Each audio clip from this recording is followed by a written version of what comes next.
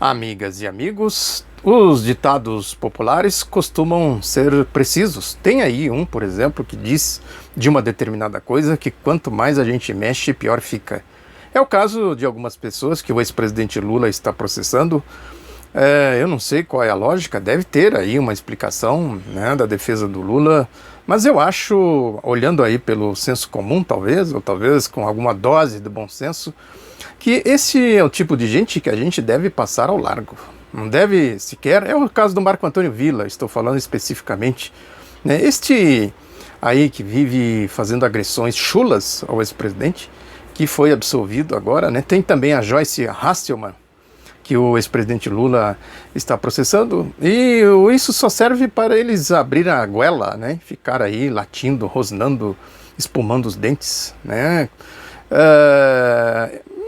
É isso, né? Porque deve ter aí algum fundamento na defesa do Lula. Porque o que eu quero argumentar é esta questão do judiciário, né? Porque o poder judiciário está todo ele permeado, né? Não sei se é a maioria dos integrantes do judiciário que reza por essa cartilha, né? Talvez não seja, bem provável que não seja, mas tem um setor, né, um setor considerável aí do poder judiciário que está completamente inserido nessa lógica essa lógica degradada, né, a lógica do golpe, né.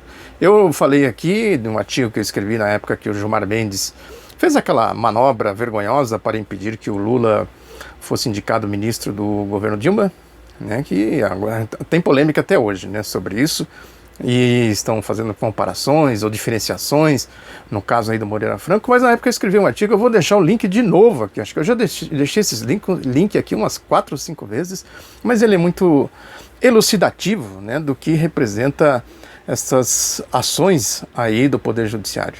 Que essa promiscuidade, né, que existe, né, do Poder Judiciário, acho que é o poder mais corrompido que existe, possivelmente seja, né, o poder mais corrompido que existe aí na República. Uma relação de promiscuidade com setores privados, com interesses aí da traficância de tudo quanto é tipo de jeito, né, tudo quanto é tipo de crimes, né, podemos dizer assim, de delinquência, né, aqueles encontros lá em Brasília. Brasília é uma promiscuidade gigantesca, né? Os juízes, inclusive dos tribunais superiores, frequentando aí resorts, feijoadas, festas de casamento, de aniversário, né? Desfilando com advogados dos grandes escritórios de São Paulo, do Rio de Janeiro e de lá mesmo, de outras regiões do país. Está aqui no artigo, vou deixar aqui o link novamente para vocês. É lógico que tudo isso expressa a ideologia aí do golpe, a ideologia da direita, né? E também é importante a gente olhar como que essa ideologia ela é tão difundida que pessoas que não têm nada a ver com ela acabam assumindo essa ideologia. As pessoas naturalmente deveriam expressar uma outra ideologia oposta a essa. No entanto, elas acabam defendendo a ideologia dos seus inimigos, de quem parasita elas. É um fenômeno, inclusive, dessa questão da ideologia dominante, né? O Marx falava disso, né? Que em todos os tempos a ideologia dominante é a ideologia das classes dominantes. Porque tem os aparelhos ideológicos, essas igrejas fundamentalistas, né? A mídia, sobretudo, né? Enfim, tem toda aí uma lógica que faz com que esta questão toda não seja compreendida pelo povo, né? A alienação política do povo, a distância do povo. Porque se fosse justiça de verdade, por que algumas coisas, como é o caso aí, é evidente na Operação Lava Jato, algumas coisas vão aí a passos largos, né? No instantinho eles vão lá, condena e tal, prende, etc e tal. Agora vai ver lá no Supremo como está a coisa lá. Aliás, tem essa polêmica também aí, a própria direita cobrando o Supremo, como é que é? Vão acelerar as coisas aí e tal. Mas eles não aceleram por conta dessa promiscuidade que tem. Né, existem interesses de grupo daqui e dali no sentido de fazer essa pressão toda aí. Né? Quer dizer, o paradigma da justiça numa sociedade como a nossa, qual é? É o da justiça ou da justiça coxa, da justiça permissiva, da justiça promíscua? Né? E, como eu sempre digo aqui, é preciso a gente compreender isso no âmbito da ideologia. Está aí as mazelas do golpe, né, o desemprego. O desemprego, por exemplo, volta a ser, neste governo golpista, o mesmo que era do FHC. Olha só, estava lá em cima, Deu uma caída, chega a turma do golpe e sobe de novo. Esse é um bom termômetro para a gente medir isso. Né?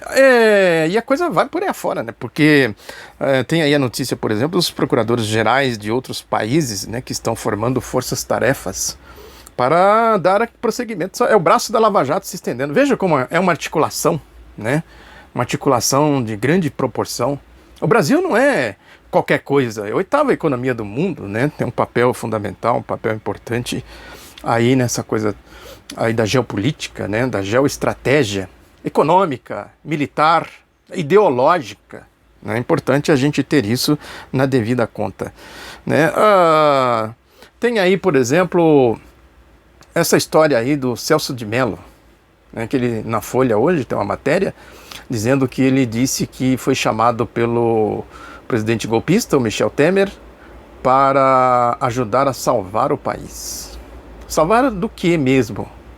O que ele poderia fazer junto com o Temer e a turma do Temer para salvar o país? Talvez ele esteja aí pensando em fazer um grande condomínio, né, de golpistas, né, para dizer que vão salvar o país. Aqui é a retórica deles, né, inclusive da equipe econômica. Essa retórica é muito usada, né, pela equipe econômica dos golpistas. Talvez o Celso de Mello tenha essa ilusão de que ele possa fazer aí, ser uma espécie de pivô, né, aí nesta equipe dos golpistas para salvar o país.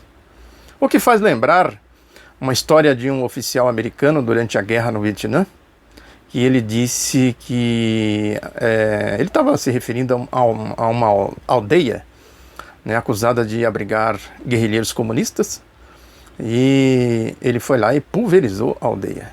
Depois ele explicou que para salvar a aldeia, ele teve que destruir a aldeia. Talvez seja esta a lógica aí do Celso Veloso quando ele fala que o Temer chamou ele para ajudar a salvar o país. Muito obrigado pela atenção. Divulgue o outro lado da notícia. Pediria para vocês me ajudarem aqui com essa questão das inscrições. Isso é muito importante para a gente dar sustentabilidade à audiência desse canal. Muito obrigado, um abraço e até a próxima.